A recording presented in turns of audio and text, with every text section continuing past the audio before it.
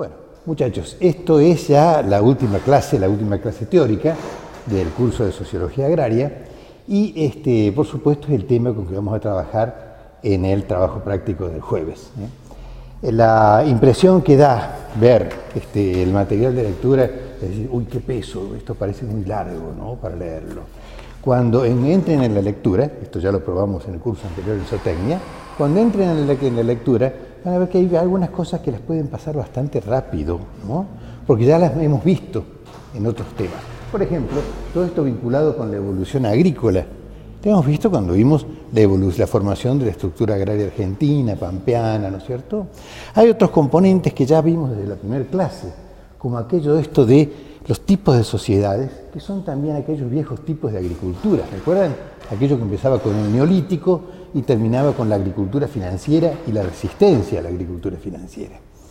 Así que posiblemente se pueda hacer una versión más reducida, pero tal como está es más el bulto que lo que... Pero sí, incorporamos una cantidad de componentes que hacen en sí a lo que es sociología, ¿no es cierto? Como aportes de la sociología a todo esto. Cosas que hacen el contexto y que nos tienen que ayudar a interpretar. ¿Interpretar qué? Acá, como dice el título, tecnología, aprendizaje y modos de pensar, pero ¿cómo qué? Como un contexto para evitar la evolución, para interpretar la evolución de la extensión rural. ¿Y la extensión rural qué es? Aquel trabajo que hacen los ingenieros agrónomos y predominantemente los ingenieros agrónomos jóvenes, vinculados con llevar a los productores las tecnologías más adecuadas y particularmente llevar, cuando es desde el aparato estatal como el INTA, llevar al universo que está en decidida situación desfavorable y de conflicto de los pequeños productores. El esquema más de que van a ver son un conjunto de cuadros, pero un cuadro resumen no necesitan en sí copiar la estructura. Cuando busquen la lectura en fotocopiadora o cuando la bajen de la página web, van a encontrar que está esta matriz que he puesto acá, puesta allí.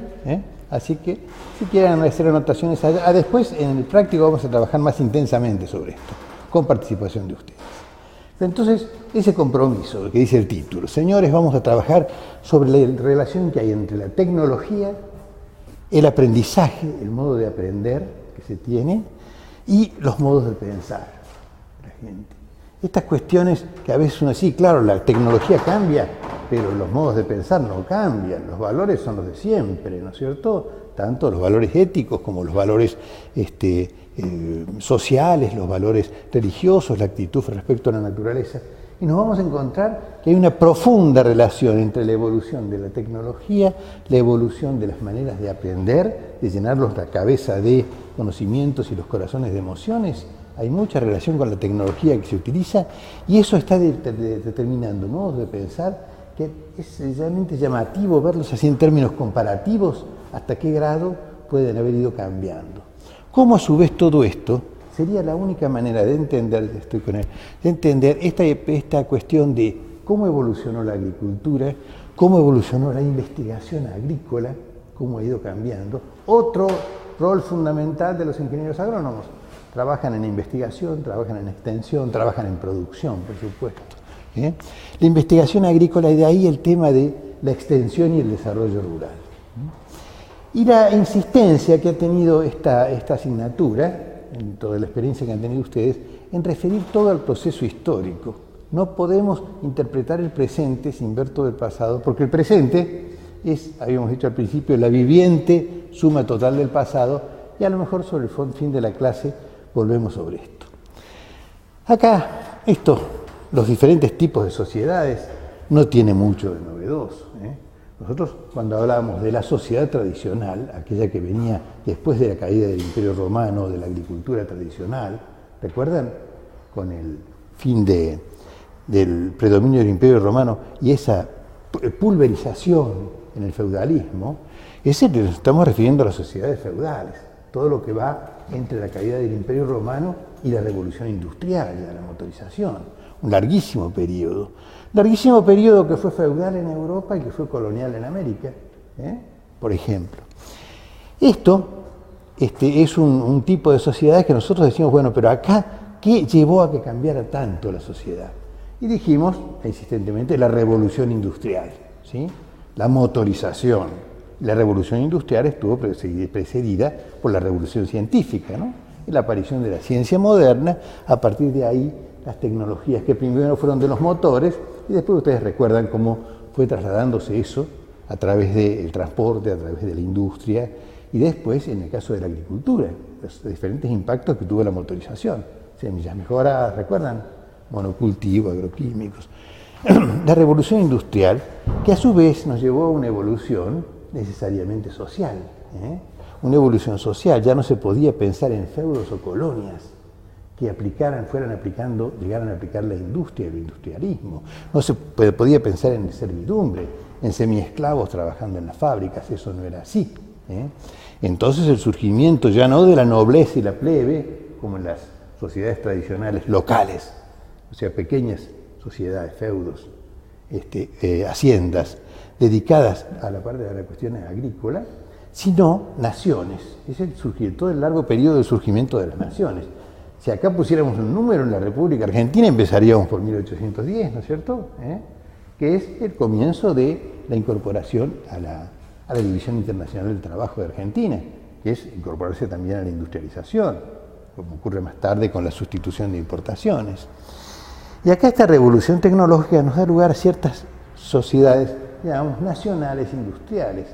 Hablamos de un largo periodo en el que, honestamente, muchos de nosotros pensamos que vivimos todavía, porque esto se extiende hasta un momento bastante cercano, hasta lo que podríamos llamar el estallido de la globalización, aquello de la gran revolución tecnológica implicada en la computación, ¿no es cierto?, o en la informática, o la cibernética, como le queramos llamar, los nombres sucesivos que le vamos poniendo a esto, y también las comunicaciones satelitales. No cabe duda que nos han cambiado el modo de vida las comunicaciones satelitales y la computación. ¿Para qué vamos a decir el empuje que le han dado a la ciencia? El empuje que le han dado a la guerra, el empuje que le dieron a la guerra, a la computación, que es anterior a 1989, y las comunicaciones satelitales, fue tan fuerte que determinó que hubo uno que ganó en la Guerra Fría, ¿no? Y ese uno fue el capitalismo, fue Estados Unidos. Vino el desmembramiento de la Unión Soviética, y acá tenemos entonces otra revolución tecnológica, muy cercana para gente de mi edad, que uno dice, bueno, el gran cambio se produjo, si vamos a ponerle un año, en 1989, ¿sí? La caída del muro de Berlín, el fin de la Guerra Fría, la globalización. Ya el mundo no está dividido en dos, capitalismo y comunismo, con naciones dentro. Ya el mundo es uno solo, y tenemos además con el tipo de pensamiento neoliberal que desmontar los aparatos estatales, para que el que gobierne no sean los estados, sino los mercados. El mercado global son todas cosas que hemos visto. Por eso les digo, no se asusten ante tal vez la extensión que puede tener esta lectura. En realidad son temas que hemos visto y que los vemos ahora tal vez incorporando otros ángulos. Entonces hablamos que de pasar ya en 1989 hasta lo que estamos viviendo hoy, ¿no es cierto?, y que vamos a seguir viviendo, acá decimos no termina en 2011, la sociedad global comunicacional, ¿sí? Esa sociedad global que empieza en el 89, con el fin de la Guerra Fría, con un enorme optimismo en la población mundial, porque decían, se viene la paz para siempre, se acabó la amenaza de la guerra atómica, se viene también el progreso indefinido, porque hemos descubierto la inteligencia artificial y una agilidad de las comunicaciones que tenemos presente de un modo modestísimo en nuestros teléfonos celulares, mucho mejor en la computadora, y por supuesto que hay desarrollos que todavía nosotros no alcanzamos. Y entonces viene un periodo que coincide con lo que vamos a ver de qué se trata, de dos subculturas que están en pugna hoy en día, una subcultura central, un modo central de pensar. Ese modo central de pensar tiene que ver con el auge del neoliberalismo, la gran expectativa favorable respecto de los cambios. Esa gran expectativa favorable respecto de los cambios, ese pensar que Estados Unidos era el gobernador natural del mundo, dejando actuar a los mercados globales o protegiendo el accionar de los mercados globales, dura hasta, todavía, ya no tanto, ¿no? En el 2001 hay un primer traspiés en esa aparente invulnerabilidad de Estados Unidos, las Torres Gemelas, ¿no? Viene la reacción desproporcionada de Estados Unidos, la invasión de Afganistán, de Irak. Viene todo lo que viene pasando después. Entonces ya el tema de la paz mundial, el fin de las ideologías, entra en cuestionamiento. Pero ya hace muy poquito, estamos en un mundo que está cambiando rápido. En el 2008 se produjo otra crisis que no fue ya tanto decir acá el Islam, ¿no es cierto?, el choque de civilizaciones, la civilización occidental respecto de la islámica, porque eran los árabes los malos de la película en este periodo, ¿no es cierto?, no solamente por el ataque a las torres, sino porque tenían que ser los malos, porque estaban parados sobre el petróleo los árabes, y una manera de quitarles el petróleo era declararlos la parte insana de la sociedad. Pero acá todavía ocurre otra fecha, que es el 2008, que nosotros lo recordamos por el conflicto con el campo, por los cortes de rutas, pero que tuvo que ver con otra cosa. Tuvo que ver con esto que pasó de la crisis, las sucesivas crisis por explosión de burbujas, cómo estas nuevas tecnologías vinculadas a la computación de un modo u otro, o a los avances científicos y tecnocientíficos de la computación, genera un excedente de capital muy grande, excedente de capital. Parece broma que un excedente de capital pueda generar una crisis, sí señores, genera una crisis. Ese excedente de capital que genera la soja en este momento tiene que colocarse en alguna parte. Y la soja misma no da para eso, a pesar de que hayamos invadido, entre comillas, Paraguay y Bolivia, ¿no?, con la soja argentina. Entonces hay un exceso de capital, ese exceso de capital genera burbujas. Y esas burbujas hay que colocar plata, lo van a ver en detalle en la lectura, hay que colocar plata de cualquier manera, terminan estallando. Son cuestiones, este proceso de auge neoliberal que surge, que empieza con el comienzo de la globalización, llega a una crisis que se está viviendo hoy. Esa crisis que está viviendo hoy, que si prendemos la televisión o vemos los diarios, nos vamos a encontrar lo que pasa en los países árabes, ¿no es cierto? Todas esas movilizaciones de países que habían estado 50 años bajo una determinada dictadura, vista de distintos colores, etcétera. Inclusive hay proislámicas, israelitas, anti-israelitas, etcétera, pro-israelitas y anti-israelitas, de diversa índole, pero sí estos regímenes dictatoriales que se bancaron toda una cantidad de tiempo y ahora se están cayendo. No solamente ocurre esto en los países árabes. En España hay una serie de movilizaciones que vemos en la televisión, por ejemplo. De golpe cientos de miles de personas se juntan en la Puerta del Sol, en España, en Madrid, para protestar contra las medidas de ajuste a la economía y el crecimiento enorme del desempleo que tiene España. En el 2001, cantidad de argentinos buscaban la manera de irse a España, ¿no?, porque acá había un desempleo brutal. Ahora el desempleo en España llega al 30% y en Argentina es del 8%. Entonces, guarda que es diferente. Toda esta gente, ¿y cómo hace toda esta gente? ¿Qué ha pasado? ¿No? Esta gente está tan conforme con el régimen, con el auge neoliberal, y si está desconforme, ¿cómo hace para unirse, para comunicarse, toda esa gente? Y acá tenemos lo que llamamos las subculturas, lo vamos a tener que ver hoy para ver lo que pasa hoy, inclusive con la agronomía, en lo que pasa en el INTA, con la extensión y la investigación, subculturas excéntricas. El auge neoliberal, como vamos a ver, tiene su propia tecnología comunicativa y las subculturas excéntricas no hubieran podido existir, no hubiera pasado lo que pasa en Chile, donde cientos de miles de familiares de estudiantes o de chicos que quieren ser estudiantes siguen peleando ahora en las calles y la van a seguir y la van a seguir. ¿Y cómo se juntan? Se juntan por Twitter, ¿no? Si no hubiera estado Twitter no se comunicaban, no se juntaban, y aquellos árabes con sus turbantes también, y los españoles que protestan contra el desempleo dicen no a las políticas del Fondo Monetario también. Entonces tenemos que pensar en esta evolución de sociedades. Y si ustedes se fijan, es cada vez más veloz. Uno puede pensar que la sociedad tradicional puede haber tenido 1000 años, en tanto que el industrialismo, de 1800 a, cuando mucho, el 2000, no llega al 2000, apenas 200 años, y la sociedad global comunicacional, la recién nacida, la que está todavía en transición del industrialismo, ya pasó, atravesó el auge neoliberal y está en un proceso de discusiones internas fuertes, ¿no? Evidentemente, si uno mira lo que pasa en Argentina, había en la década del 90 gobiernos que estaban muy de acuerdo con el mercado, con el sistema global, con el neoliberalismo, y ahora en toda América Latina hay gobiernos que están inventando cosas distintas. Eso es la cuestión tipo de sociedades que ya hemos conversado, ¿no es cierto?, en determinados momentos del curso. Ahora vamos al tema, ¿cómo es esto que pretendemos? Hay una relación entre la tecnología comunicativa que utiliza cada sociedad y la forma en que se aprende. Como si uno dijera, hay una relación entre los envases y lo que se puede llevar. Si yo quiero buscar y trasladar líquidos, sería lógico que lleve una botella, una garrafa, una damajuana, ¿no es cierto?, para llevar líquidos. No voy a llevar un canasto, ¿no? De ese mismo modo, hay una fuerte relación entre la tecnología comunicativa y la forma de aprender.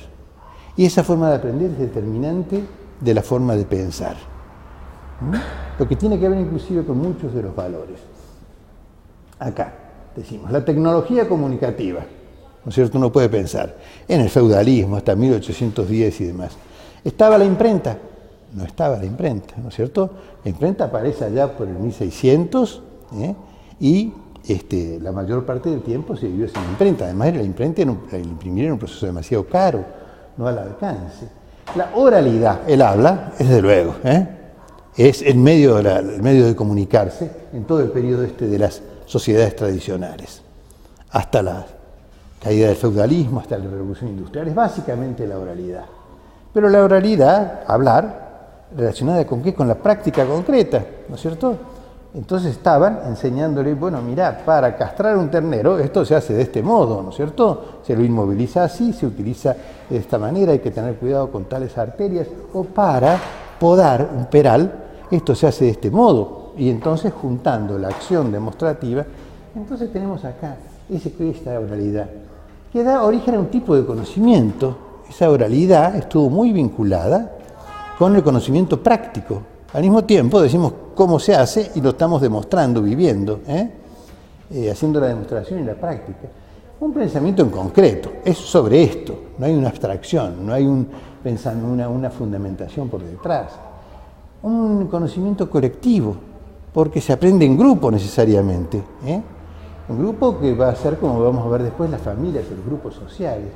Y un tipo de conocimiento relativamente poco especializado, ¿no es cierto? Uno puede pensar que si era una familia de carpinteros, pues hacían todo el proceso, ¿no?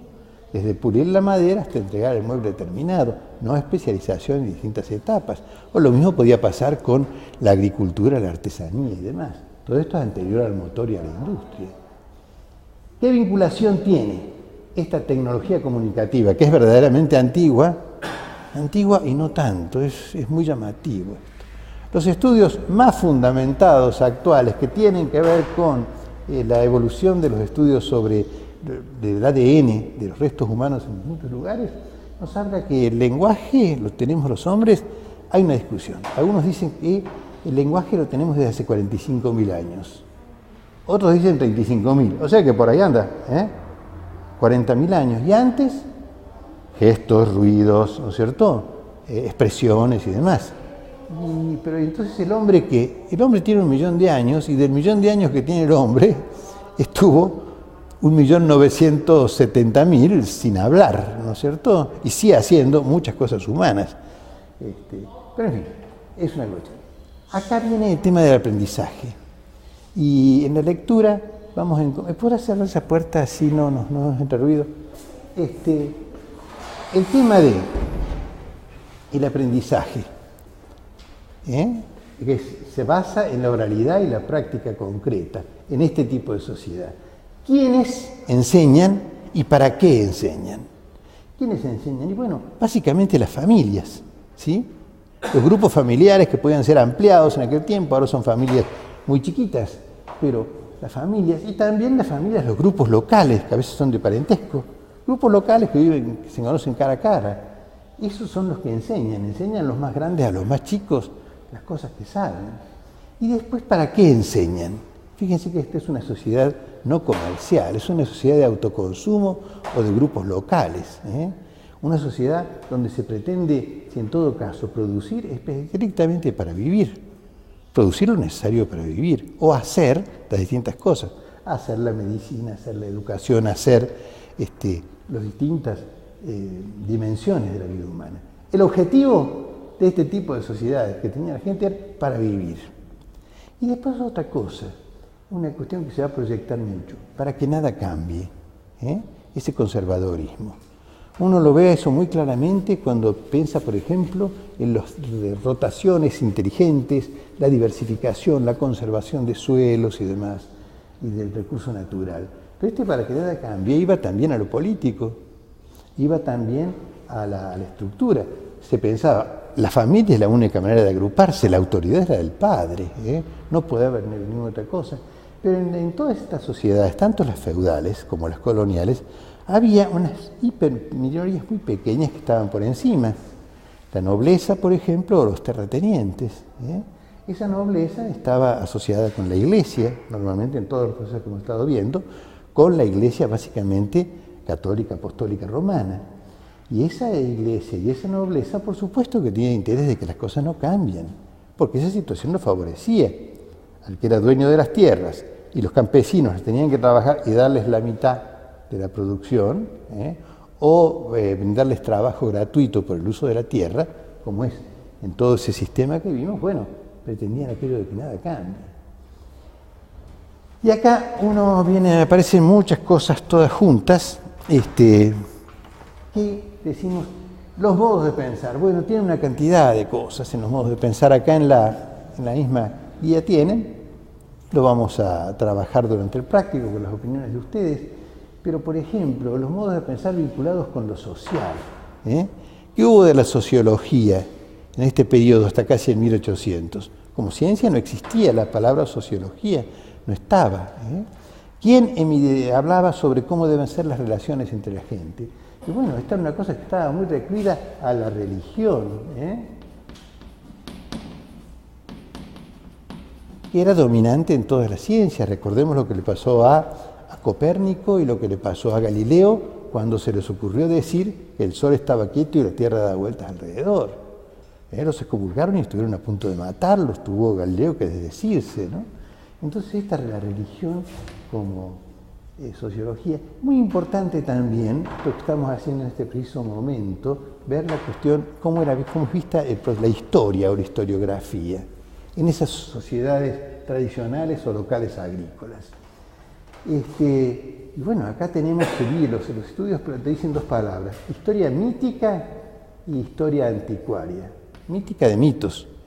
Mitos que pueden ser desde el mito judío, por ejemplo, que heredaron también los cristianos y heredaron también los musulmanes, de la creación del mundo en 7 días, o en el proceso de en la creación, o historias míticas referidas a supuestos creadores ilustres, ¿no es cierto?, que aparece tanto en las culturas andinas como en las culturas guaraníes, ciertos dioses fundadores de la cuestión. Y toda esa historia de héroes y demás, que hablan de una historia mítica. Mítica quiere decir, dice llanamente, inventada, ¿no es cierto?, sin ninguna pretensión de explicar lo que pasó realmente, de pretender la creación del mundo, del universo en 7 días. Y anticuaria viene a ser la historia anecdótica. Estamos hablando también de grupos locales. Acá pasó esto y pasó esto, tu bisabuelo era así, viene así. Todas una cantidad de cuestiones que han aparecido en películas muy interesantes como Raíces, esa que hablaba de Recuerdos de los Negros. Una historia mítica y anticuaria que diera cohesión afectiva al grupo. Ninguna pretensión científica, ¿no es cierto? Más bien, viene acá el tema de decir, bueno, modo de pensar respecto a la propiedad. ¿Cuál es la propiedad que interesa en este periodo? ¿La propiedad de qué? Y es la propiedad de la tierra, que ya sabemos cómo se consiguió mediante la guerra, no había regímenes comerciales, ¿no es cierto?, ni compra-venta de tierras. Entonces, esa propiedad de la tierra a la que se accede por vía violenta y se va trasladando de padres a hijos a nietos.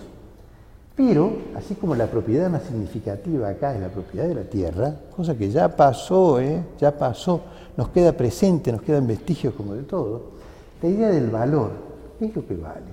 Y acá se habla de un valor de signo, ¿no? Tener tierra significaba ser noble, ser aristócrata. Tener tierra, eso en las sociedades feudales. Significaba tener derechos sobre los demás, porque si alguien quería trabajar esas tierras, las únicas disponibles, pues me tenía que entregar o parte de su producción o trabajo por mi cuenta. Significaba también que si yo era noble, yo participaba de las discusiones en la corte respecto de la política. Eso cuando se traslada a América en el régimen colonial también es bastante visible.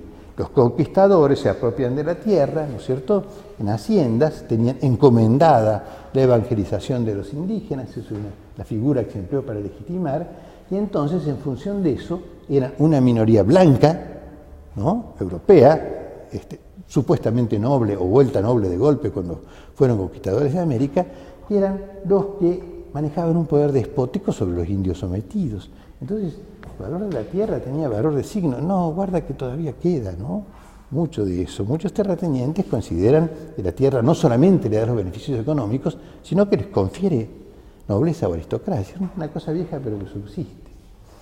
Acá, ¿qué visión?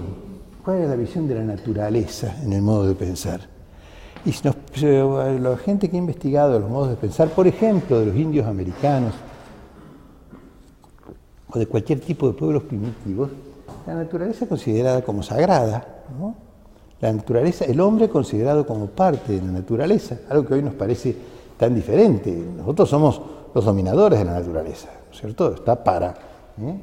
Y entonces el hombre como parte de la naturaleza fue una parte de todo esto. Obviamente esto tiene relación, por supuesto, con el tipo de manejo que se hizo del mundo natural. Hay que pensar acá que la economía tenía poco valor, lo que valía era el trabajo, ¿no es cierto? Entonces el trabajo que se podía aplicar sobre la tierra en la agricultura para poder pagarle al terrateniente para que mi familia pueda seguir viviendo aquí, bien, regular o mal. Así como otra cuestión que uno diría, sí, a veces qué lejos que estamos de la agronomía, ¿no? Algo tan importante como la ciencia, es el arte, Son diferentes maneras de búsqueda de lo que llamamos la verdad o lo esencial, o la explicación. Son de diferentes vías, se las ha considerado a veces de diferentes jerarquías, pero es bastante dudoso. Y el arte, en estas sociedades, ¿qué arte había? ¿Cuál era el único arte permitido? El arte era el arte sacro. Lo único que se podía pintar, fíjense, durante siglos, vean toda lo que fue la pintura, la escultura, la arquitectura de las sociedades tradicionales. La arquitectura fue de grandes catedrales, de grandes iglesias, no se hicieron obras de arte distintas. Lo único que se podía pintar era a Dios, la Virgen y los santos, pero guarda con toda una serie de prescripciones. Pero por supuesto que había todo un sector popular que también tenía el otro arte, el arte de juglaresco, el arte para lo festivo, ¿no es cierto? Como lo tienen también los grupos indígenas. Hay acá una referencia también en los modos de pensar a la ética. La ética es el deber ser, cómo deben ser las cosas. Y bueno, si tenemos nosotros un régimen donde la oralidad, la familia es la célula base, ¿no es cierto? Es la autoridad indiscutida. La ética es, ¿qué soy yo? ¿Quién soy yo? Yo soy mi familia. Y dentro de mi familia, ¿qué me tocó ser? Yo soy el abuelo, entonces soy el consejero. Yo soy el padre, soy el que manda. Y ahí viene también otra cuestión vinculada con todo esto. Soy el que manda. ¿Y qué pasa con cuestiones como las relaciones familiares y el amor? Las relaciones familiares fueron de sometimiento absolutamente aceptado, ¿no? Van a encontrar una frase de María Elena Walsh, a la cual con toda seguridad ustedes conocen, como la conozco yo, la poeta y cantante, que habla, señores, el amor de ternura, el amor de cariño es un invento moderno, Viene con la revolución industrial, antes no estaba. El sojuzgamiento y el sometimiento, aceptar la ética de familia en aquel periodo implicaba aceptar, por ejemplo, el sometimiento laboral y sexual, ¿no? De las mujeres, y laboral y por ahí también sexual, de los niños, ¿no? Es duro de pensar en esos términos, pero son cosas que ocurrieron. Y acá viene una cuestión política. ¿Cuál sería la ideología política? el conservadorismo, el conservadorismo, y claro, las cosas tienen que quedar como están, lo que le llamamos el pensamiento de derecha que fue evolucionando con el tiempo, pero es el conservadorismo, ¿sí? Que todo quede como está. Acá hay cosas de las que con las cuales hemos trabajado, como que es este curso de agronomía. La evolución agrícola, ¿cómo fue? Y bueno, sí, la agricultura tradicional, hemos leído varias cosas sobre eso, ¿Y qué fuerza aplicaba? La fuerza ecosistémica. Qué palabra rara esto. ¿Qué es la fuerza ecosistémica? Hay ecosistemas, tanto naturales como modificados. Supongamos una granja que tiene en rotación agricultura con ganadería, con diversos cultivos, pero en una rotación inteligente, cosa de que esto se mantenga. Está aplicando cierta fuerza, cierta energía potencial de los ecosistemas. Esa energía potencial que tiene para reciclar nutrientes, ¿sí?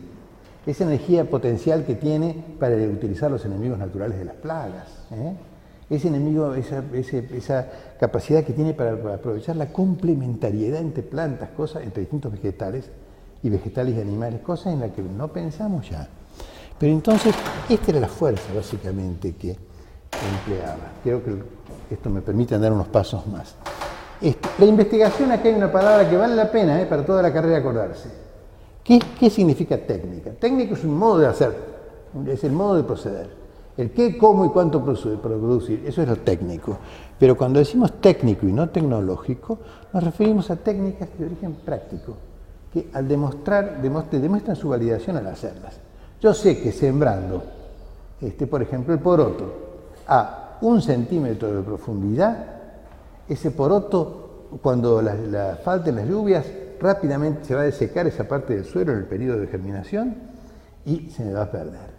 Si lo siembro a 5 centímetros de profundidad, bueno, el agua le va a llegar, pero tienen que ser lluvias fuertes, pero después para que la plantita, que en los primeros esfuerzos esté sacando el talluelo y los cotiledones afuera, 5 centímetros es mucho. Y bueno, señor, son 2 dedos. A 2 dedos se siembra el poroto, la soja también, dicen 2 inch. Hay cuestiones entonces que vienen de la práctica y que no están validadas científicamente. No necesitan que haya una validación por detrás. ¿Y quién hacía esa investigación? Las familias del productor y el grupo local, ¿sí? No estamos acá hablando ni de la ciencia ni de institutos científicos. Y acá viene el tema de la extensión.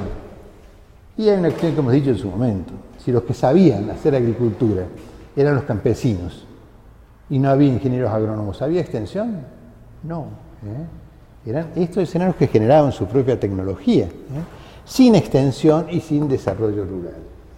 También es cierto que podemos hablar de técnicas que pasaron de unas sociedades a otras. ¿Se acuerdan el video sobre la agricultura china? La agricultura antigua china, de 500 años antes de Cristo, llegó en el año 1500 recién a Europa, ¿sí? Y modificó completamente la agricultura. O por ejemplo, ¿qué pasó cuando hubo que hacer agrícola a Estados Unidos o a la República Argentina? ¿Quién trajo la tecnología? Los inmigrantes pobres europeos que fueron al Corn Belt norteamericano, al cinturón maicero. Entonces, esto es lo que ocurre. Pretendemos entonces esa articulación. Yo me estoy preocupando por el manejo del tiempo. Pero vamos entonces a ver cómo funciona para que puedan manejar la lectura de un modo mejor. Decimos acá aparece la revolución industrial. Con la revolución industrial y los cambios sociales, ya no se habla de señores y siervos, sino se habla de patrones y empleados, se habla de una burguesía empresarial, un proletariado, se habla de una organización en naciones, y acá viene la cuestión, ¿cuál es la tecnología comunicativa predominante entre por ejemplo, 1800 y 1989, todo el periodo del industrialismo? Bueno, lo que predominó, siempre es lo predominante, no lo único, fue la escritura y la escritura impresa. A través de la escritura, esta escritura impresa estuvo absolutamente vinculada con el aprendizaje por escolaridad, que antes no hubo, escolaridad primaria, secundaria, terciaria. ¿Qué es lo primero que se aprende cuando uno va a la escuela?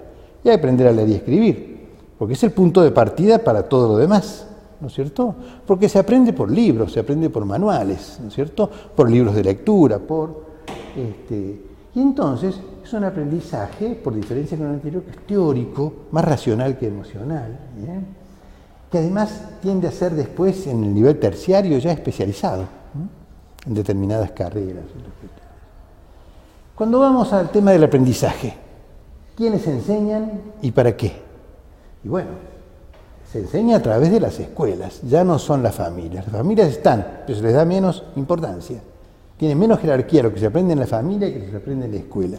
Fue un tiempo, entre 1800 y el año 1989, en que se respetaba muchísimo a las escuelas. Se consideraba sumamente importante que los chicos estuvieran en la escuela y que tuvieran un desempeño adecuado. Fíjense que ahora no pasa eso, ¿no? Y vamos a ver por qué. ¿Y las escuelas de quién dependían básicamente? De los estados nacionales. Era la educación pública. La educación privada va apareciendo después, pero cuando aparece educación privada está totalmente reglada por el Estado.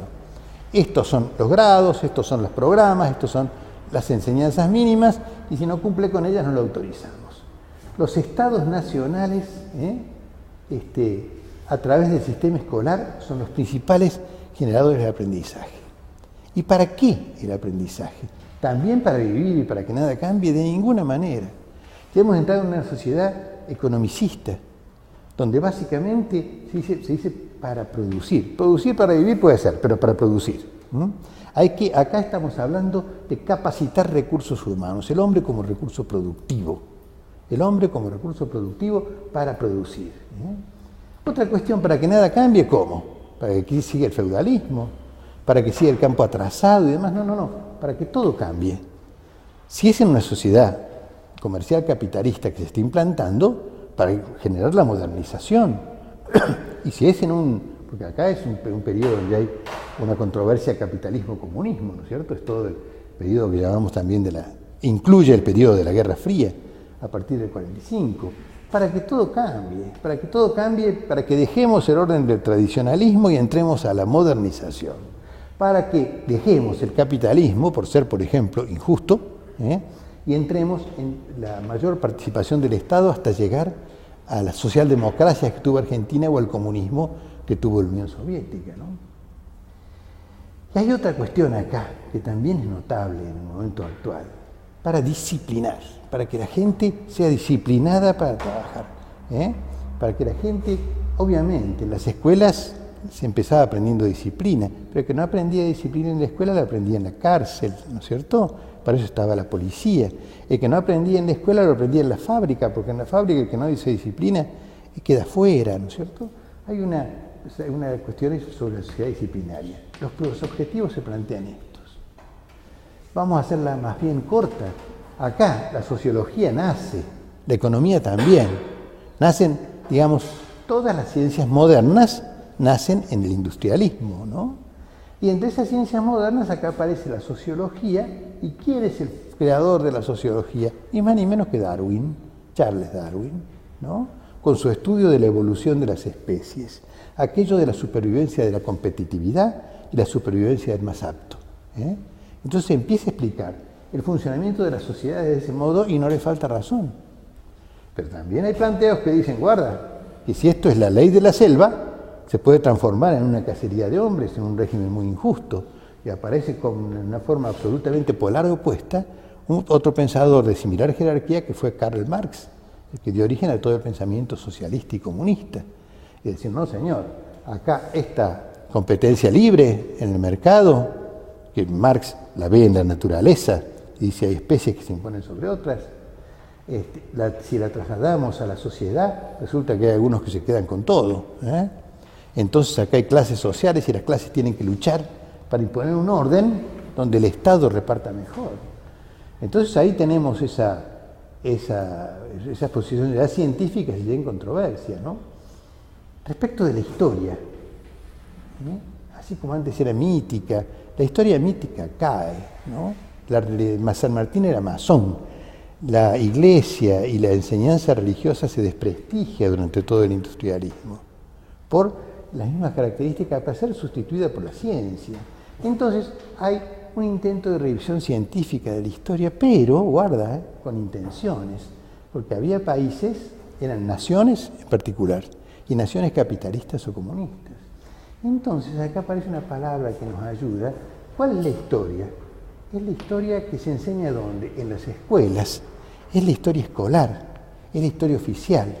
La historia que yo creo que todos nosotros recibimos, tanto ustedes como yo, en el nivel escolar primario y secundario.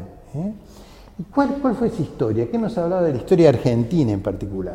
Una historia monumentalista, los monumentos. Acá está Rivadavia, acá está Mitre, acá está Sarmiento, etcétera, monumental y de tipo heroica.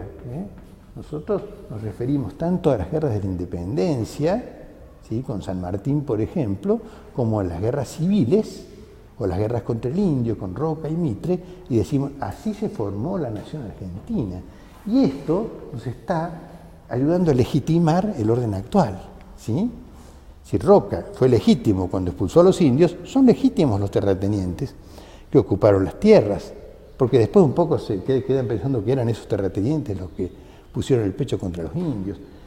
En fin, esto de la historia monumentalista para fundamentar las situaciones de cada estado fue el modelo. Y este modelo funcionó de diversas maneras, pero cuando fue llevado al extremo, decir, bueno, ¿en qué estamos? Estamos en la posición darwiniana de la sociología, la supervivencia de los más aptos. Eso significa que hay razas superiores, las más aptas, y razas inferiores, ¿sí? Y esta otra cuestión de decir el monumentalismo, darle ser muy parcial y darle la mayor jerarquía y mérito a los triunfadores de la historia.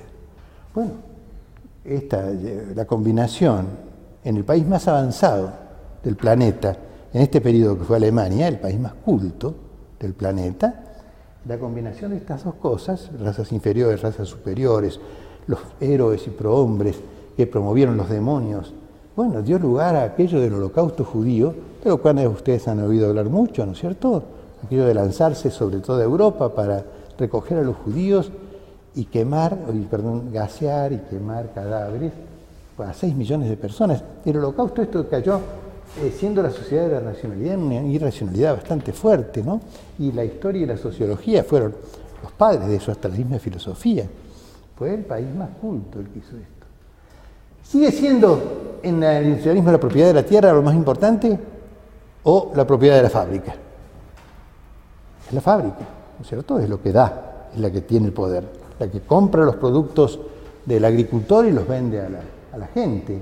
Entonces acá es el capital productivo el que determina valor. Y este capital productivo, ¿qué tiene? ¿Tiene valor comercial? ¿Se valora en pesos? El capital productivo, ¿se logra conquistándolo por la violencia o se logra comprándolo? Es una cosa comercial. Entonces acá, en vez de tener un valor de signo, estamos llegando a un valor de cambio.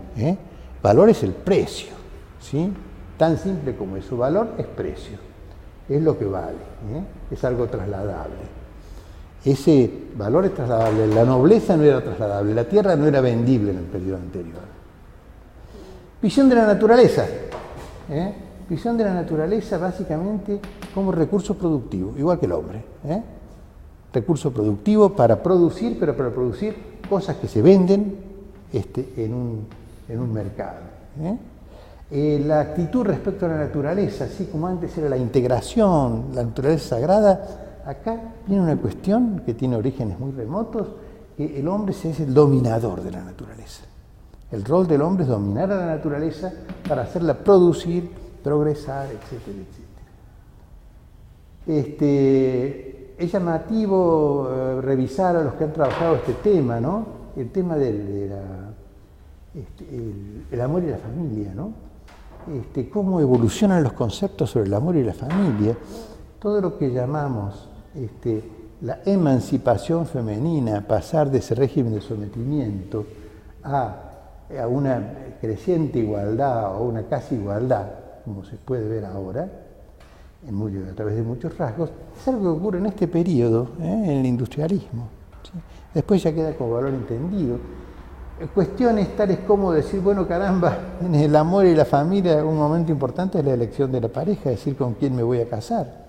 En la sociedad anterior lo deciden los padres, con toda seguridad, en función de conveniencias económicas, políticas, acuerdos y demás. No les preguntaban a los hijos si te gusta o no esta chica, este chico, ¿no es cierto? Acá esa decisión es trasladada a los cónyuges. Y no solamente esa decisión, sino toda una cantidad de decisiones vinculadas con la familia. Acá hay una cuestión que surge, y fíjense si todavía no está tan presente, ¿no? El tema de la ética, los valores, lo que debe ser, el deber ser. Hay que ser trabajador, hay que ser ahorrativo, ¿no es cierto?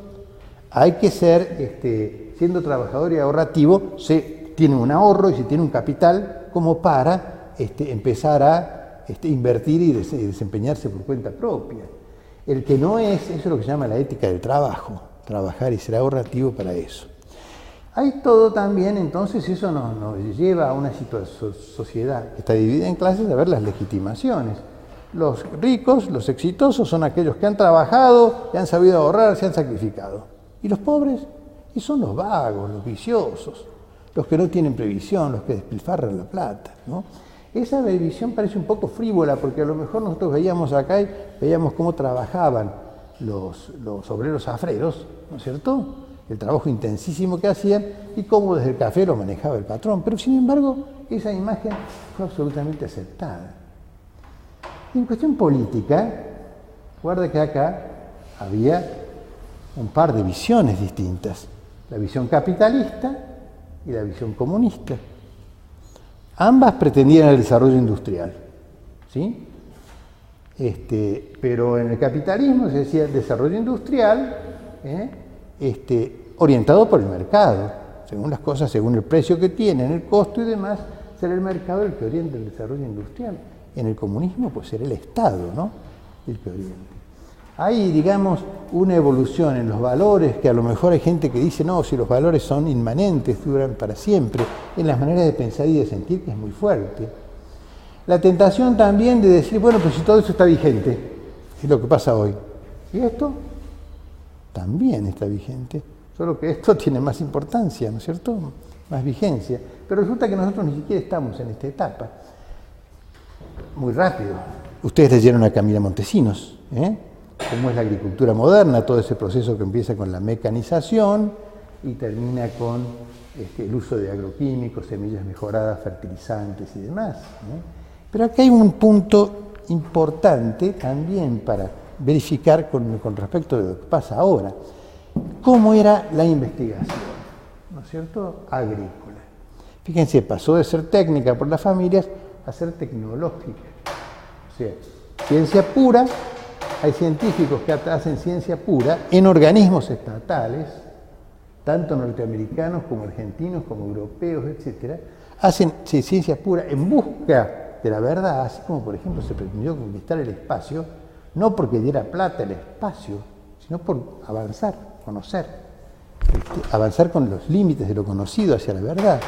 La tecnología es la ciencia aplicada. A partir de la ciencia pura se derivan aplicaciones que son agronómicas. ¿Y quién fue el que hizo la investigación tecnológica? Y los estados, en el caso de la República Argentina, el INTA.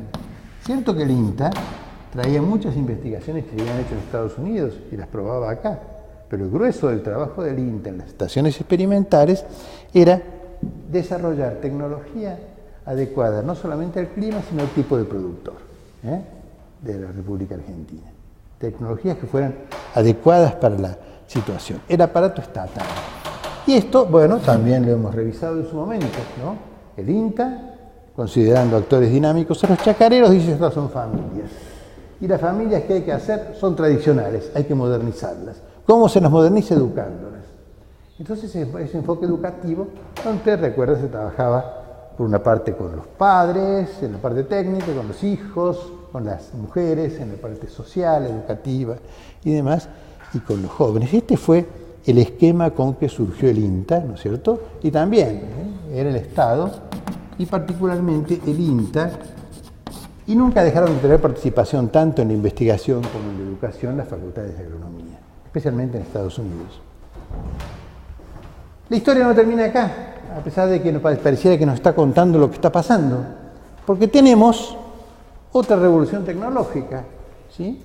Que viene acá y decimos, bueno, la computación, la comunicación satelital, que a su vez aceleran y cambian la evolución de la ciencia y nos llevan, por ejemplo, a la ingeniería genética, esto de trabajar con el gen, no con los cruzamientos de individuos enteros, y trasladar genes o hacer clonaciones o cultivo de tejidos, inclusive humanos y demás, es algo que es facilitado, posibilitado por la inteligencia artificial, las computadoras y la profunda interacción que se da entre las computadoras y las comunicaciones satelitales. Se reconoce a partir de esto un cambio en la sociedad que dice, no, acá ya las sociedades nacionales desaparecen y la industria deja de ser la actividad más importante. Porque pasamos a una sociedad global, conducida por el triunfador de la Guerra Fría, Estados Unidos, conducida a través del Fondo Monetario Internacional, de la Organización Mundial de Comercio, de la ONU, de la OTAN, todos esos organismos que pilotea Estados Unidos. Y se acepta con mucho optimismo todo esto, la sociedad global. Pero además la actividad principal ya no es la agricultura, ya no es la industria, porque la industria se robotizó inclusive, sino las comunicaciones. Realmente el peso que tienen las comunicaciones de toda índole en nuestra vida cotidiana, en el funcionamiento cultural, político, etcétera, del mundo es notable. De manera que esta palabra está bastante bien puesta. Y una cuestión que dijimos al comienzo, ¿cómo comienza esto? Con un gran optimismo, con el auge neoliberal, que por lo menos va desde la caída del muro de Berlín, por lo menos hasta el 2001 o hasta el 2008 o hasta el 2011, que ahora es cuando están hirviendo las papas. Bien, y esta subcultura central, porque es lo central que se piensa en esta subcultura, hay dos en este momento. Hay una que le llamamos mediática, porque se utiliza a través de los medios. ¿Y los medios cuáles son? La oralidad, la escritura impresa, la televisión, sí, pero lo que pasa es que a medida que va apareciendo un nuevo medio, los otros se van desvalorizando. Es básicamente la televisión. Cierto que ya existía desde antes. Antes del 89 había televisión en blanco y negro. En Tucumán había 2 canales que funcionaban entre las, por ejemplo, 8 de la mañana y las 10 de la noche, con una programación absolutamente influida y controlada por el Estado. Ahora, por supuesto, tenemos otra televisión, una televisión global. Si uno hace turismo, tal vez en cualquiera de los lugares del mundo occidental, prende el televisor y los canales son los mismos. Si tiene la suerte de saber inglés, ve las mismas cosas en todas partes, ¿no? Pero entonces es esta televisión la que sustituye a esto. Esto es tan comprobable que si uno dice, bueno, ¿qué pasa con la escritura impresa? ¿Cómo andan de lectura los alumnos de la universidad? Tienen gravísimos problemas de lectura. No será el caso de ustedes. Nosotros empezamos con un curso de 300 alumnos. Al tercer práctico, ustedes lo recuerdan, se redujeron las comisiones a la mitad. Y una de las cuestiones fuertes era el enorme esfuerzo que significaba la lectura. ¿Y por qué significaba un enorme esfuerzo la lectura? Por falta de práctica. ¿Y por qué no había práctica? Porque no le tenían confianza tampoco a la lectura. Porque había un medio que era la televisión. Ya estamos hablando de televisión cable, televisión DirecTV, televisión en colores, televisión 24 horas, infinitos canales y demás, ¿no? Porque básicamente el medio de comunicación, no solamente más amplio, sino más prestigiado es este. Se pierden estas aptitudes. Al mismo tiempo, entonces, bueno, macanudo, vamos al aprendizaje. Dicho en términos casi poéticos, que llena nuestras cabezas, que llena nuestros corazones, nuestras informaciones y nuestras emociones. ¿De dónde surgen? ¿De la escuela? ¿De la familia? Con la cual se tiene poco trato, porque el papá y la mamá trabajan y cuando no trabajan prenden la televisión, como veíamos en el video de Annie Leonard. No.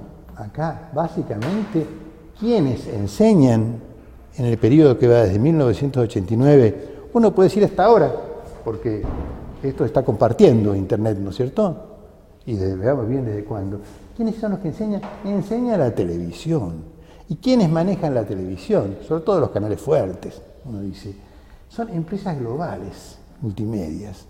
Si uno ve, por ejemplo, ¿qué es lo que se ve? Se ve Canal 13, ¿no es cierto?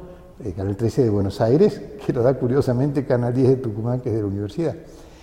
O se ven determinados canales líderes. Hay ciertos canales de cine que son también los líderes. Bueno, pero Canal 13 y TN son de Clarín. Son de Clarín hasta por ahí. Porque podrá poner sus gotitas de ácido cuando quiere el grupo Clarín. Pero toda la información es información que viene de la CNN, de grandes cadenas que manejan la información, ¿no? Y lo que viene y todas las películas, ¿de qué son? Y son películas, ustedes vieron, todas esas películas norteamericanas completamente hechas para, como vamos a ver después, para el tema del entretenimiento. ¿Quiénes enseñan? Predominantemente, por supuesto, no exclusivamente, las empresas globales multimedias. Las que manejan dentro de estas multimedias, que quiere decir diarios, más radios, más televisión, básicamente la televisión. Y viene el tema también, ¿para qué? ¿Para qué se enseña? ¿Qué se pretende lograr con la enseñanza en la sociedad mediática central? Algo que Annie Leonard, en el video La historia de las cosas, le daba la flecha dorada. A consumir, señores. Tanto, básicamente en la propaganda comercial, pero también en el mensaje subliminar que está detrás de la información y detrás de las películas mismas. Es inducir al consumismo, ¿sí? Y inducir al consumismo, a consumir, desechar rápidamente, elegir marcas, ¿no es cierto? Y ojo, para todos los chicos de villas de emergencia, hay chicos de villas de emergencia con zapatillas de 600 pesos, ¿no es cierto? Que uno dice, bueno, caramba, ¿cuánto ha tenido que trabajar este chico para tener esto? Esto puede no ser racional, pero con eso ese chico está mostrando quién es, ¿no es cierto? Pero vamos a la cuestión. El tema del consumismo, ¿sí? Muy bien planteado por Annie Leonard, que en la lectura lo van a ver intensamente tratado, viene también de una cuestión que viene de atrás. Resulta que acá apareció la computadora, ¿no es cierto? Que la computadora generó robots. Entonces, ¿qué es lo más importante que tienen que hacer los hombres? ¿Producir? No, producir lo pueden hacer los robots, las máquinas computarizadas. Las fábricas tienen poca gente. El motor del sistema no es la producción, sino el consumo, ¿no? Y eso a su vez vimos que generaba consumos muy superiores a las necesidades humanas y demás. Entonces, estas empresas, ¿para qué? Para consumir. Hay algo que se dijo en su momento también en el auge neoliberal, para generar el pensamiento único. Es decir, la única manera que tiene la sociedad de organizarse es a través del neoliberalismo, o sea, sin Estado, privatizando, desregulando, apertura económica, apertura financiera y demás. Todo lo que salga de acá es propio de imbéciles, ¿no es cierto? Es un pensamiento superado. La seguridad de este pensamiento único. Y una cuestión que no está suficientemente tratada y extendida es el tema de la generación del miedo, ¿no? Si nosotros vemos los noticieros y vemos los comentarios periodísticos, nos encontramos que hay una cantidad de violencia delictiva enorme. No sabemos por dónde andar porque nos van a asaltar, nos van a matar, las mujeres van a ser agredidas. Y eso porque, bueno, los noticieros duran media hora, entonces vuelven a repetir la noticia, ¿no es cierto?, muchas veces. Cuando aparece, digamos, el mito urbano del robo de niños y el robo de mujeres y demás, avisan cuando una mujer desapareció. Cuando 2 días después volvió a su casa por cualquier motivo o la encontraron, eso no se avisa. La generación del miedo. ¿Y el miedo a qué? El miedo a la delincuencia común y el miedo también en otros ámbitos al terrorismo islámico, por ejemplo. Cada tanto corren cuestiones así. El miedo también a los extranjeros, que en los países pobres superpoblados invadan lugares donde hay mejores posibilidades de trabajo. El miedo entonces a los otros grupos étnicos, el miedo a la delincuencia, eso se concentra. Hay trabajos muy importantes de Zaffaroni, que es el criminalista, no diré más importante de Argentina, pero sí de toda América Latina, que nos dice, ¿A quién? ¿Quién es el enemigo hoy en la Argentina? ¿Con quiénes hay que utilizar mano dura y gatillo fácil? Con los delincuentes. ¿Y con cuáles son la franja de delincuentes? Están entre niños y adolescentes, ¿no? Tan como nos cuentan. Y niños y adolescentes que son pobres, que son de villa, que tienen determinados rasgos raciales, que son negritos, ¿no es cierto? Que se les atribuyen todos los vicios y demás. Eso puede tener un 1% de fundamento, ¿sí? Porque, por ejemplo, los chicos que comen Paco, que consumen Paco, tienen que comprarlo y tienen que robar para eso, pero un 90% de no fundamento. No nos dicen acá, por ejemplo, que tenemos por menos de 5.000 muertos, ¿no? Anualmente en la Argentina por razón de la delincuencia. Y no lo comparan con los 75.000 muertos que tenemos por el tránsito, ¿no es cierto? Es el gran matador, ¿no? Por supuesto, accidentes o cosas no deseadas y demás, o con tantas otras cosas. Es una cosa absolutamente puntual, hacer especial el miedo a los pobres, el miedo a los árabes en Europa, a los argelinos, el miedo a los que nos invadan, el miedo al terrorismo. Acá, esta creación del miedo tiene mucho que ver con estas empresas globales que sí dependen de. Entonces, generar una adhesión tal al miedo que den adhesión al crecimiento de sistemas represivos ultra fuertes. Concretamente, volver a la doctrina de la seguridad nacional, donde se pueda recurrir a represión ilegal, ya no ideológica, racial, y por estatus social. Acá es esta cuestión, ¿qué aprendemos? ¿Qué nos enseñan ellos? ¿Qué nos enseñan a esto? Esto no es lo único. También tenemos nuestras familias, también tenemos nuestra escuela, es una cuestión acumulativa. Pero esto tiene mucho más incidencia, ¿no? Y cuando decimos esto, fíjense, si las empresas globales, tanto de películas como de información, como de comentario periodístico, no tienen mucho más peso que, por ejemplo, Canal Encuentro, ¿no es cierto?, que nos da información educativa científica. Acá hay una cuestión que gente de mi edad ha sufrido personalmente. ¿Cómo evolucionaron los modos de pensar en cuanto a la sociología? Ya no se habla del darwinismo, ni se habla del marxismo. La sociología es el marketing. ¿Y qué es el marketing? El estudio y cómo estudiar y cómo manipular los mercados. ¿Por qué? Porque los hombres, ¿qué son? Los hombres son gente que tiene que vivir, gente que tiene que producir, son un recurso humano, gente que tiene que consumir. Los hombres son vistos como consumidores, entonces los estudia como potenciales consumidores, para poder después actuar respecto de ellos, para inducirlos a consumir determinadas cosas y consumir además más y más y más. Inducir al consumismo. Ha caído muy bajo, ¿no? ¿Qué pasa acá con la historia? Es una cosa sorprendente. A mí me toca enfrentar, es una manera de decir, a grupos grandes de alumnos, al armar el programa de la materia, al discutir. Pero ¿qué vamos a perder el tiempo estudiando historia si la historia es una cosa que ya pasó? Y claro, esa es la idea que se tiene en la subcultura televisiva, central mediática. La historia no existe. ¿Por qué no existe? Porque el hombre es básicamente un consumidor. Consumir es ser feliz. El acto de comprar es mejor que el acto de copular, inclusive, es considerado así. Pero acá, ¿cómo viene? A su vez, ¿el consumo de dónde viene? ¿Cómo se forma el consumidor? Mediante la propaganda. ¿Qué propaganda? La última. Entonces, resulta que es como si nos hubiéramos estado modelando exclusivamente a través de la propaganda comercial y de la influencia de los medios. Entonces no tenemos historia.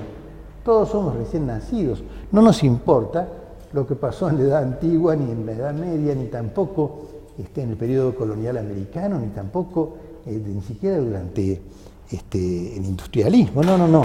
El hombre es cada día recién nacido porque ha sido modelado por la propaganda comercial, televisiva, para consumir. ¿Sí?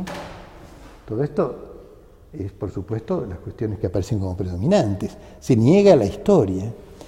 Cuando acá tenemos, por ejemplo, el tema de la propiedad y el valor, ¿no?